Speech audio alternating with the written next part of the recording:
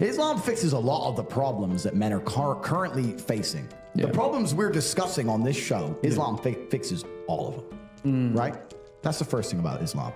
If I had to bet on one religion as if I were betting on the stock market for the future, you have to bet on Islam. Because Muslims are intolerant. And I'm not saying that disrespectfully, because if you're tolerant of everything, then you stand for nothing. Facts. Christians are so tolerant now. You don't believe it. They have gay pastors that I'm not even anti-gay, but if the book says don't have, like, what do you believe in now? If you're tolerant of everything, you stand for nothing. I can walk through London with a t-shirt saying Jesus is gay and nothing will happen to me. If I did the same thing with the Islamic prophet, I'd be dead before I got to the end of the street. Boom.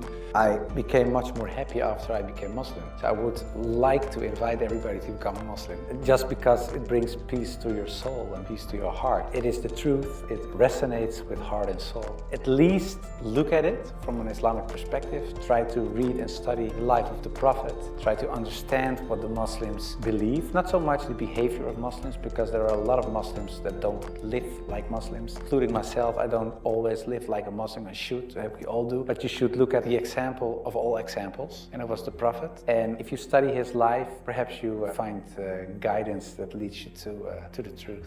For me, the proof of faith is the attractiveness of its adherents. And that's something to think about, right? Well, are you a shining example of the Muslim faith? Well, how hard do you shine? Trying to understand the Christian doctrine of the Word and its relationship to the Jewish prophetic tradition for a long time. And I know that Christ is a central figure in Islam as well. I mean, the Christians make the claim that Christ is the Son of God, right? He's the Messiah himself. And it's very difficult, if you're going to be a Christian, not to accept that claim. Muslims are the only people who will defend their religion. They will defend their beliefs. They refuse to be mocked. They refuse to be insulted. And I respect that about them. So if you're going to talk about a belief system that fixes issues, you need to go to Islam. Respect for the mentality, respect for the warrior aspect of it. I respect it. They don't play. They don't play. You can't insult their shit. But you can insult the church all day. You can make fun of it. There's a show on Netflix about a gay Jesus. That's a joke, right? Ha ha ha. And what do the Christians do? Nothing. Christianity is a dead religion. If you're a Christian, and I'm saying this as a Christian myself, Christianity is a dead religion which is confined to the history books. It's dying out. Your own Pope.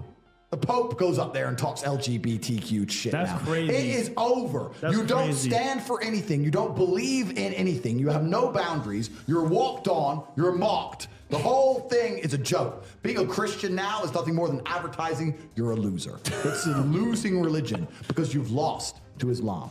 How should people research about Islam? Do you advise just searching at Google? No, I would certainly not advise Google. It's the last thing I would advise. I said shut down the computer. No, I think it's very important that people read books, real books, with pages and stuff. I would recommend Muhammad, His Life Based on the Earliest Sources of Martin Links, the book I talked about earlier. It's a green book. And I think it's very important for people not just dive into the Quran, because it's a very complex book. And if you don't have anybody who can teach you what you read, especially most of the people who don't know anything about Islam are not fluent Arabic, classic Arabic speaking people. So you will read an interpretation of the Quran or a translation, and most of the time that's not the real deal, of course. So I would advise people just to study the Sirat, study the character and the life of the Prophet, because that's what the tradition teaches us as well. His life was the Quran. He was the living Quran in a way. Just study his Sunnah, and I think that is the best way of discovering Islam.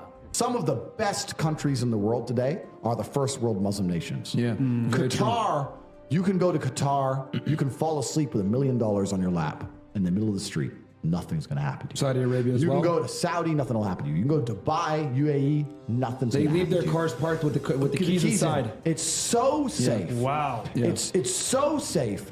Women, everyone's married. Every woman obeys her husband. Every single woman has 4, 5, 6 kids. Big families, all the things we're talking about, all the problems we have here, right? They've got none of that, none of it, because of Islam. Islam keeps society in the role where women obey their man, women have children, women have big families, women are exceptionally happy to do so. The Muslim theology is I think it's a radical monotheism that even I think it transcends the monotheism of Judaism, which has some anthropomorphic elements in it that the Muslims would not accept. But generally, the Jews and the Christians agree on the theology. Rabbis, I've had many talks with rabbis, and they see Islam. In fact, Kohler says that Muslims were always seen as full proselytes of the Noahidic laws, whereas Christians were not because of the Trinity. So the Trinity is, the principle of the triad is in Plato, in the Timaeus, that talks about that. So the principle of the triad is a very powerful principle, and there are many, many trinities in the world that we see. I think the notion that the free, truthful word is the fundamental redeeming force, I believe that's true. I think part of the stumbling block for me in relationship to Islam, I can understand Christianity in relationship to Judaism, but I can't understand Islam in relationship to Christ, because I understand the Christian idea that Christ was a transcendent consequence of the prophetic tradition, and the Christian insistence that his life is associated with the divinity of the Word, and that is in some sense a final statement. And so I don't understand how Islam moves beyond that and still places Christ in a place of centrality. So we have population problems in the West. We have none of the population problems. Society is functioning, and that's what society is. Society starts at the smallest possible group. You have families, and families make a street, and that street makes a village, and that village makes a town, that town makes a city, and that city makes a country. So if it's broken at the very fundamental level, if its family level is broken, then it's broken the whole way up. Yep. And that's what's happened in the West. And the first world Islamic countries have none of those problems. Islam very closely reflects my personal beliefs.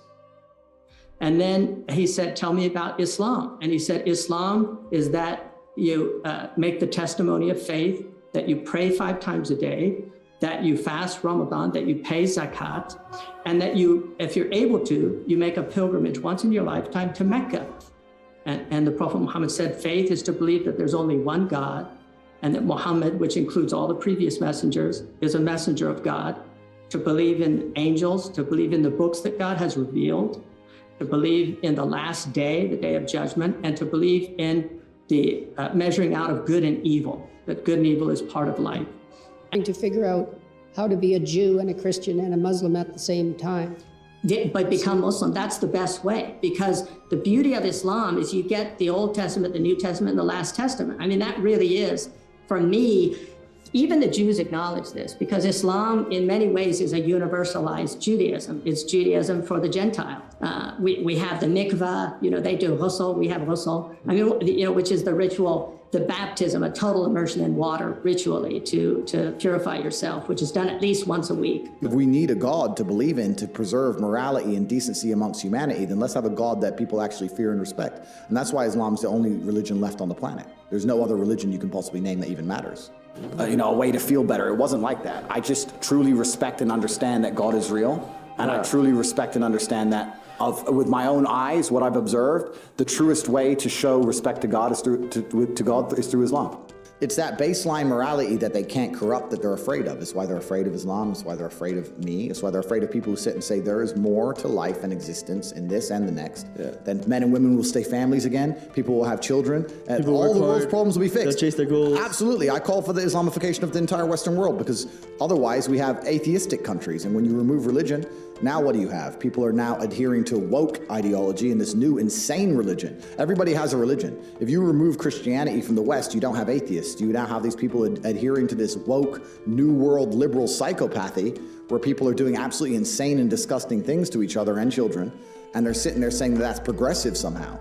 And it's absolutely and utterly disgusting. So I have so much respect for it, because they have a baseline morality. We're here in Dubai. You could walk outside and find a poor construction worker who just moved here, who's earning, I don't know, no money, can barely afford to eat, and offer him $1 million to denounce the Prophet. He won't do it. No way. He'll never do it. Chance. He'll never do it. No Whereas chance. in the West, if you were to go and find a Christian, $1. Yeah, it doesn't mean anything, right? So, but when I was reading the Old Testament and I saw what the Old Testament prophet said, it was one God, one God, one God. And then I thought, okay, I'll look only at the words of Jesus Christ in the New Testament. And then there's this story in the New Testament where a guy comes to Jesus and he asks him, what is the most important thing in life? How can I gain paradise? And he said there are two things. He says, "Hear, O Israel, hear your God is one. Treat your neighbor as you want to be treated yourself." So I thought, well, even Jesus Christ says, "Hear, O Israel, your God is one." So I thought, well, this whole Muslim concept of God sounds more logical, and it's the same concept that I find in the Old and the New Testament.